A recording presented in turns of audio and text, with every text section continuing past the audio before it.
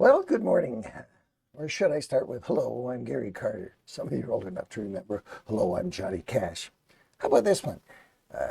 This is Hidden Brain, I'm Shankar Vedantam. If you haven't watched or listened to that podcast, I think you'd profit by it. Took me a long time to learn the man's name. Secular, but he interviews a lot of good people, and you can pick up a lot of good information from there. I know that I do. Some of it gets integrated here, but mostly it gets integrated into the things that I write. Today, we're looking at somebody, and I wouldn't want to say, hello, I'm Judas. And I don't think you would either. I just was thinking about this, and I just mull all this over. Early in the morning on Thursday is when I do my primary final think it through after I've read through the chapter from the Training of the 12, this book here, and this is how far we are. And I got to go back and redo some of it because it's not as good as what I've done recently. I think it's really, really valuable, and I hope that you do too. And it brings to mind a lot of things about life and about understanding Jesus. I think was it Philip Yancey who wrote the Jesus I Never Knew? I'm not sure about that. That was a generation ago. And I'm finding that in going through the Training of the 12, I had to renew my understanding of who my Savior is. And I don't understand why a lot of people don't do that. And I don't understand why a lot of people don't come and watch my reflections on it, but I can't control what the other people do. I picked up this book years ago. I got it thrift books, I think, and I don't even remember what it says. It's got lots of interesting stuff in it. No doubt it's got some good ideas. But is attitude everything? Is that backwards on the screen? I don't even know. If attitude was everything, then we wouldn't have to think about action. I would say that action always flows as a result of attitude, and it's attitude that creates a lot of the action, but the action is what we're adjudicated by according to Scripture. Prove me wrong. I really believe that. I believe that there's a lot to be gained there. So when we look at this enigma of a character, Judas, one of the chosen by 12, one of the 12 chosen, we have a lot of things that we can't understand. It's pretty clear, I would think, that Jesus understood enough of the character of Judas, when he chose him to understand that he would be the betrayer. He tells us early on that one of them, not early on, think of year 0 as the start of his ministry. Year 1, when he chose, it's not for sure, maybe 10 months into it, where he chose the 12 out of a group. And then in the next year, about that time in John chapter 6, he says, one of you is a devil, one of the 12. And so by then he understood the nature of Judas. Did he access supernatural knowledge? Some people think, well, when you see this astounding precognition of things, that he's accessing his supernatural capacities. I tend to think not. I don't tend to, I'm pretty firm on it, but you could prove me wrong, that it's actually perfect humanity in operation. Because you know that you have seen into people, and you've seen people and you said, I'm just not sure about that person. And some are really, really good at that, and we think of it as an exceptional capacity.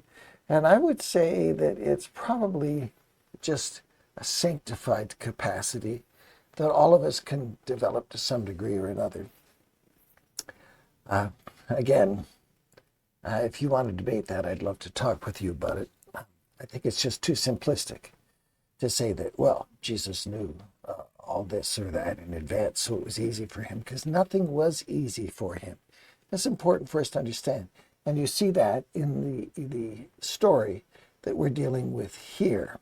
Now, we're going to jump into this whole story about Judas Iscariot. I am not going to take you there into the scripture. I'm going to assume that you know how to do that. Let's get the right thing going here. That you know how to do that, and you can look up the story in all four Gospels. Not everything is repeated in all four Gospels, but in this case, we have this short snippet from Matthew, Mark, and Luke, and then John expands it out a bit. So if you were going to look at them, I'd say pick one of the synoptics, Matthew, Mark, or Luke. With minor exceptions, they're all pretty much the same. And John chapter 13. I would encourage you to get your Bible out and flip back and forth and read those things while I'm talking here. Because it's important for us to understand the role that Judas played amongst the disciples. He was there for purpose. Whether Jesus knew everything about what was going to happen with Judas or not, I'll leave that for others to debate or decide. But I think that we can all come to the premise that he was there for purpose. And that purpose, I think, is deeper than what we've often thought of it. Now, of course, Judas was among the 12. Now, bear in mind that Jesus sent out the 70, so were the 72 textual variants in that. But that was not the entirety of the people who were following Jesus. In Mark's Gospel, it tells us when he chooses the 12, Mark chapter 3, I lose so much that I used to know. When he says he chose the 12, he was choosing them out of a crowd of disciples who were people who were following him. And these people were specially set aside, and Jesus picked Judas. Was he wrong? Or was he trying to teach us something? It's the totality of it is quite an enigma to us. We really can't sort it all out, and I don't pretend to have all the answers, but I do have some insights that I want to share with you. And by the time we're done today, I'm hoping that it will cause you to think personally about your relationship with the Lord and the possibilities, the potential in your life, as I like to say, the behind the curtain stuff that goes on that maybe nobody else knows about. It would appear that maybe from the get-go, but certainly evolving, there were other motives other than following Jesus that were in Judas's heart, mixed motives. And we're going to get to that, to talk about how that might operate in today's world. So on this night of betrayal, the night of the Last Supper, Jesus, it says he's heavy-hearted. John in particular says this disturbs him. It's okay to be a bit disturbed emotionally at times. Jesus wasn't always peaceful in the way he dealt with things. You saw that the emotional capacity of his humanity overwhelmed him at times with sorrow. So don't think that you are going to be exempt if you follow Jesus to have anything less than what he had. He was troubled in spirit because he had to announce the painful truth, the truth that he'd already been aware of, that one disciple would deliver him up to be crucified. Now, the context here is that if Jesus were out in public and the crowds would amass to him at this point in his life, in his last week, then it would be really hard for the authorities to grab him and take him into custody. So they needed to catch him in private moment. So they needed an inside job to be able to achieve that. And so Jesus knew that Judas was going to be the one to betray him. Now, at least a year before, he said, "Have I not chosen you 12, and one of you is a devil?" It's thrown in there by John. I expect that John didn't really remember that Jesus had said that at the time that the supper was occurring, but that it came back to him later. Often incidents or things make sense to us later in life, and they don't always make sense going forward. And sometimes you see afterwards, as I loved the old song, sang it the day before in church before my father's funeral because I planned to sing it. Jesus led me all the way. When I see the saints and angels lay my burdens down, Jesus led me all the way.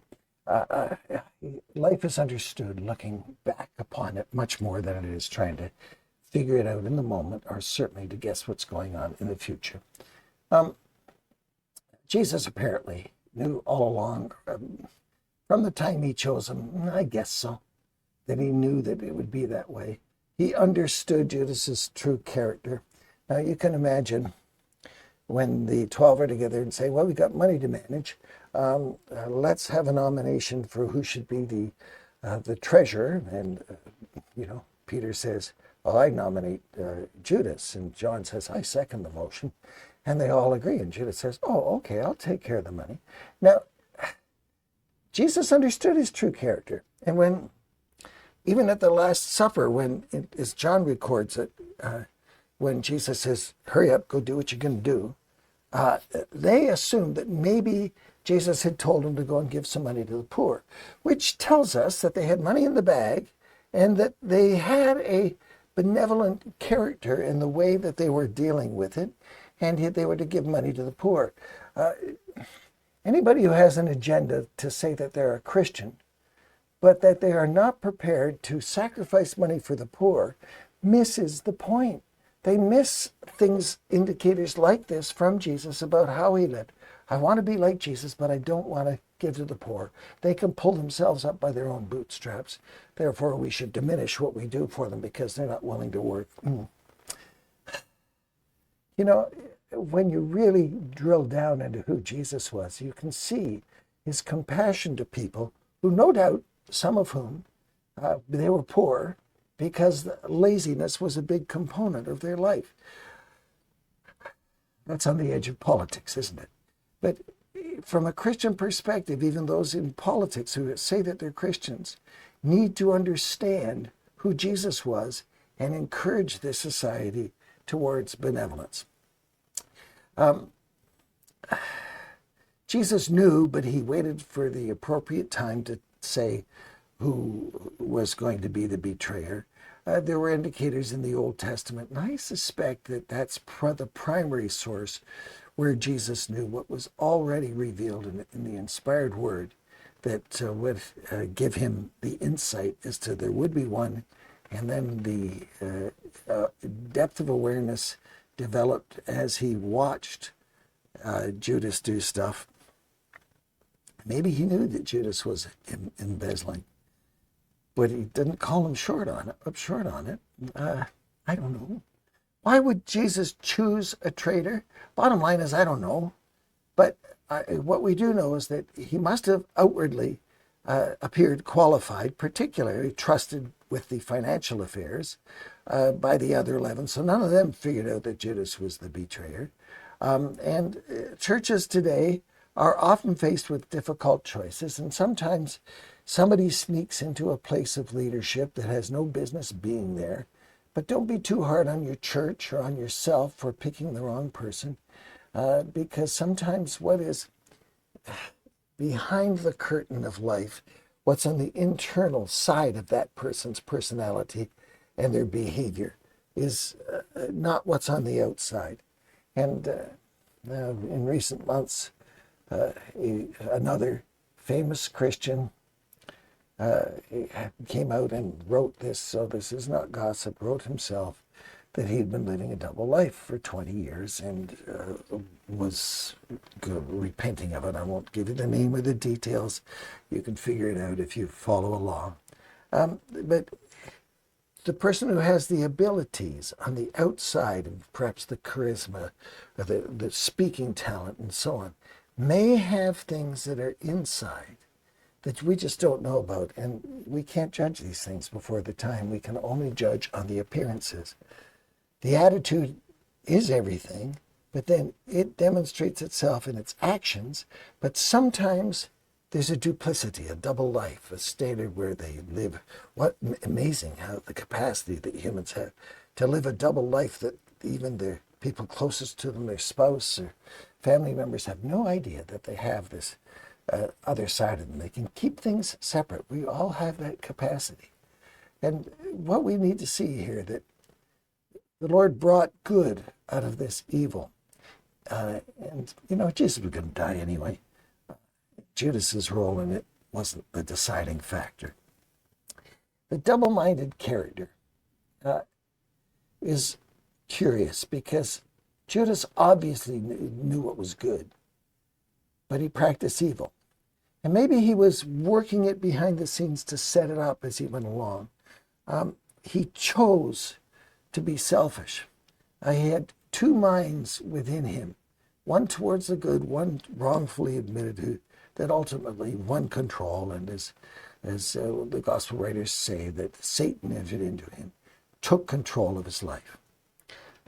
I think it's way simple oversimplification to say he did it for the money. Greed alone can't really sum this all up. First of all, it was the price of a slave. He didn't get a lot of money for it. He would have made more money by pilfering off his commission off the bag going forward, taking it out of the accounts because he hadn't been caught yet. So, he could keep going with it and keep embezzling the disciples if he wanted to. So it's not just the 30 pieces of silver thing. There were deeper motives involved, and we don't know.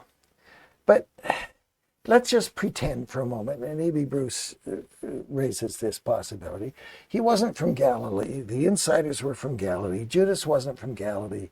And maybe this thing that comes up, this debate that they have of who's going to be the greatest, was all part of the soup, the context in which this discussion was going. And Judas was the Rodney Dangerfield, there's an old reference for you, a long since gone comedian who used to say, I can't get no respect. And that Judas was resentful because he could not get the respect that he thought he deserved. Now, he did get respect in the sense that he was given the position on the board of being the treasurer. We don't have other people other than Peter who are designated having positions. So it's an interesting thing. Maybe it was a resentment that was building up because he was focused in, perhaps somebody at some point earlier in his life had said, oh, so what do you think you know, Judas, or something like that. And it had etched into the conscience. They said, someday I'm going to get back at these guys. We really don't know what was going on, but I will absolutely agree with Bruce and say, couldn't have just been the money. There must have been more that was going on. And we'll see some evidence of that. So apparently, there's something going on in Judas that's building. And we don't know exactly, but there's this buried anger, and the affinity that he had is one of the strong things for people is to have a group to belong to. In this affinity, this very tight-knit group that he'd traveled with for 3 years now, it's the love for that group, or the affection at least, if not true self-sacrificial love, was getting squeezed out by other motives, but it wasn't on the surface seen by the others, because at the time when Jesus says, one of you is going to betray me, they all say, oh, I know it must be Judas. No, they had no idea. They know their own souls. They know that within their own souls there's enough sinful capacity that they could ask the question, Lord, is it I? And that is so important for us to understand, that all of us have within us that dual nature, the sin nature, that still gives us a possibility of doing something dastardly, unbelievably dastardly like he did. So here we know that there was more than money involved, because Judas could have taken his money and said the soldiers go that away, and stood back and said, yeah, that's him over there. But he personally led the arresting party. He personally went up to Jesus and betrayed him with a kiss. That was clearly not necessary. It would be obvious as to who Jesus was. And if Jesus said, yep, that's him, the one over there, in the garment that's the special garment that's all of one piece, they could figure it out. And in that time, those who were his closest friends became his deadliest enemies because of the confusion that Satan had brought into his soul. And then, you know, it's so sad because the tragedy of what happened with Judas was something that demonstrated both that there was evil in him, but also that he did have a conscience. He wasn't a total psychopath. He was bad enough to do it, but he was good enough to feel the guilt of doing it, and he was unable to carry the burden in his own mind, so the only logical solution to control the situation was to take his own life in his mind. And you could speculate what would have happened if he had said, "Oh, I'm so sorry, Jesus." We don't know. I'm sure that forgiveness would have been offered to him, but he ended up in this tragic ending and feeling the guilt of it all. So what? So what do we make of all this? Well, there's some things that we can take from that. Jesus endured Judas for years. He knew what Judas was made of for at least 1 year, more than that. And he perfectly loved him and bore the burden of knowing this one guy who's nodding his head and saying, "I'm with you, Jesus." And Jesus doesn't say, "Yeah, right, Judas."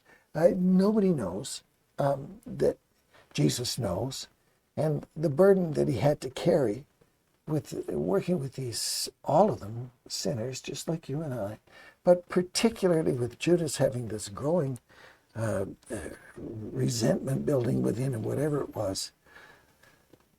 So what? Well, it shows us how to handle those who betray us. You might want to go back someday and give them a piece of your mind and say, "Yeah, well, it was really your fault." Probably won't get you very far. And Jesus doesn't, there's no record that Jesus did this with Judas. He just said, "Well, you're going to do it, just go do it quickly." That's the strongest thing that he said to Judas after handing him the piece of bread that he dipped and handed to Judas. And even in those, the kind of the psychological cacophony, that's that for a phrase, that of those moments, the others at the table, they didn't know what was going on. And Judas went out and said, "Yep, I know where to find him here. Give me the money, away we go." So all of us have to guard against the presumptuous sin in our life and ask the question, could this be me? Could I betray him? Could I fall in such a way that I bring disrepute upon the gospel? Yeah, you could. Yeah, you could. Let him who thinks he stands take heed lest he fall. Yes, you could.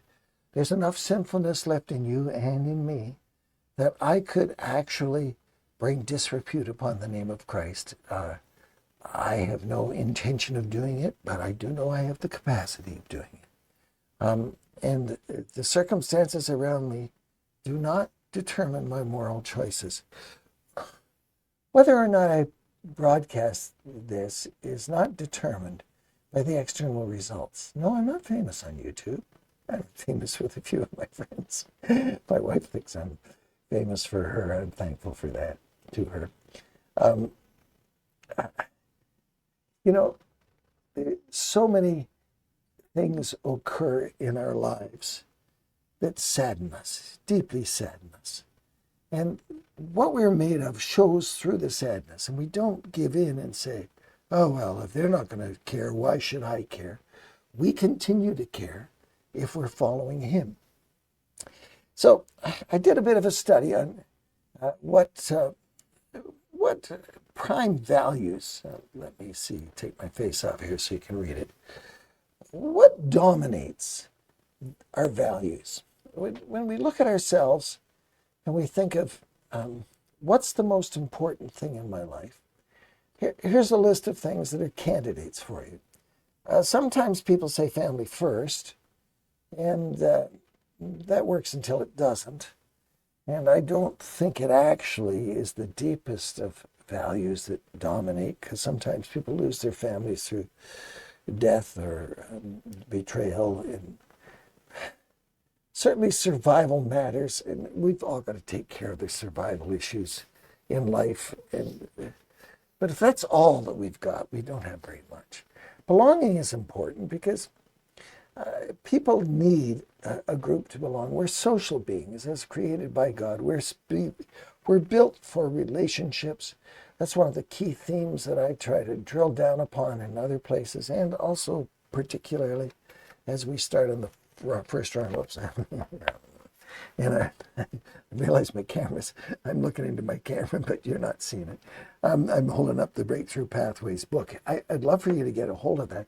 It's a methodology to help people in their sense of belonging in the life of the church. And the church is built around love. And there are so many one another's in the Bible, you can't avoid our responsibility to each other. Some people are driven by comfort. Personal peace and affluence, Francis Schaeffer said 2 generations ago. And affluence, really, behind the affluence is the comfort and the personal peace. Behind those two things is the comfort that makes me feel settled, like I'm on permanent vacation. And so you have these great pictures of people on the beach enjoying everything. They took their troubles with them to the beach. You've got, for people my age, you see a lot of advertising on the perfect retirement, where I get to settle and go back on the beach and I don't have to accept responsibility for anything. Yeah, well, it doesn't work out. It never works out completely. But some people strive to avoid that which is difficult, which is uncomfortable for them, and that which would release the happy endorphins in their brain and give them the kind of a permanent dopamine hit that they always say, oh, wow, that's so nice, it's so wonderful. Some people live their life just because they want to rule. They want to be in control. The cool word we use today is agency. And they have this need to control their world, and they stay with their program long enough until other people give in. I think there's an awful presence of that in the life of a church, where you just have a nagging leader, even as a senior pastor, who eventually say, oh, have it your way. And everybody gives in. He says, yes, proves I'm in control. Stronger than that is, I think that there is this, and I'll nominate this as the most important value that people all have, is coherence. They want life to make sense. They want to understand in this messed up world that they can find meaning in this world. And the wisest of them is deal with life by looking at the whole question of both what can happen in time and what needs to happen in eternity. So I want to leave you today with some tough questions. What duplicitous means for life, where you can kind of use some of these things and just kind of tilt the equation in the direction of what you want? What tempts you? What impressions are you trying to make with others? The way you dress, the way you cover your demeanor and so on, the width of your smile, the way you present yourself. Like, what impression are you striving to make? Or are you just being yourself? Who do you want to impress? It's very easy with a public persona to get up on stage in front of a lot of people and impress a lot of people. But what are you off the stage, behind the scenes? What are you in your heart of hearts? What are you in your home? I think that's one of the factors that Paul was pointing at when he says, you're going to appoint somebody in leadership, make sure that they run their household well, because the people in the household will know more about how they live off the stage, kind of when they're grubby clothes and they're tired and maybe irritable and so on. How do they deal with things? And the kids, particularly teenagers, they say, wait a minute, Dad, you're such a hypocrite. You look so good on Sunday morning up there on the stage. I don't even know you, because I see who you are on Monday morning. How do you want to be seen? There's a clear indication that the leader will be the servant of all. Do you just want to be seen as the servant, or do you actually want to serve people without recognition by others? You just do it. If you're in a position of leadership and you're saying, like I heard one kid say to his father, who was a pastor, And the pastor was repeating it as if the kid was true. And I thought afterwards, boy, that's a half bubble off level. I said, Dad, this church is too small for you. You should be in a bigger place than this.